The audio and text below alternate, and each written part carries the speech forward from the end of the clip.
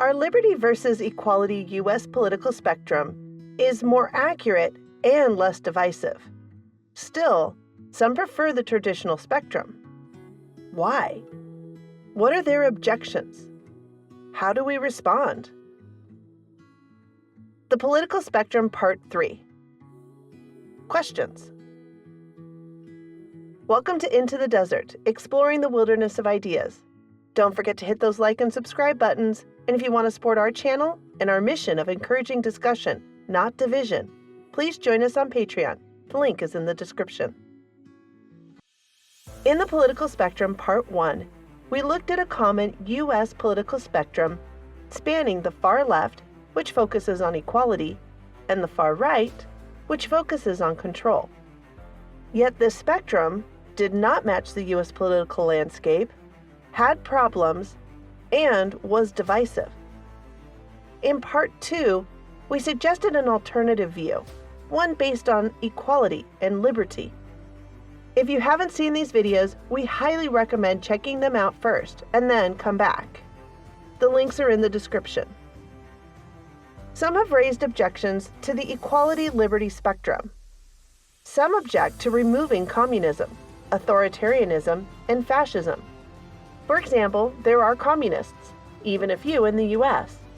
Since equality is the goal of the left in both spectrums, they fit in their traditional position on the far left of the equality-liberty spectrum as well. So why drop them? There are a few reasons that apply to all three. As a U.S. spectrum, including them adds very little. The main result of including them is to lend some justification to their main use as a derogatory attack on political opponents. In short, including them causes far more harm than the little good it brings. There is also the problem of the other two terms, authoritarianism and fascism. The U.S. has a democratic form of government, and authoritarianism does not fit anywhere on a democratic spectrum.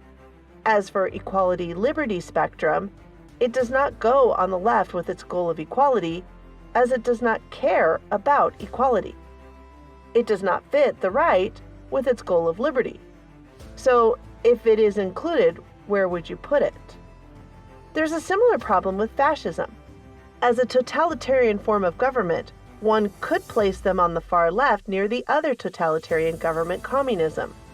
But many will object to this. Historically, this is not as unusual as it may at first seem. While its intellectual roots are long and varied, coming from both the left and the right, fascism as a political movement emerged from the Italian left's fracturing in response to the First World War. Its founding political leader, Benito Mussolini, was a socialist and a member of the Italian Socialist Party. After the war, Mussolini came to value nationalism in addition to socialism. The intellectual philosopher of fascism, Giovanni Gentile, rejected liberal capitalism, international socialism, and thus communism.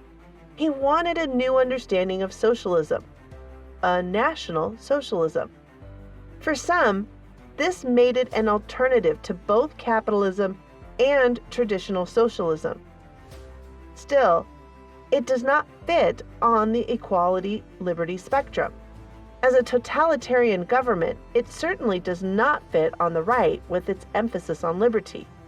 As you move right on the spectrum, from conservative to libertarian, you find a smaller and more decentralized government. The more to the right, the smaller the government. So how do you make a leap back to totalitarianism?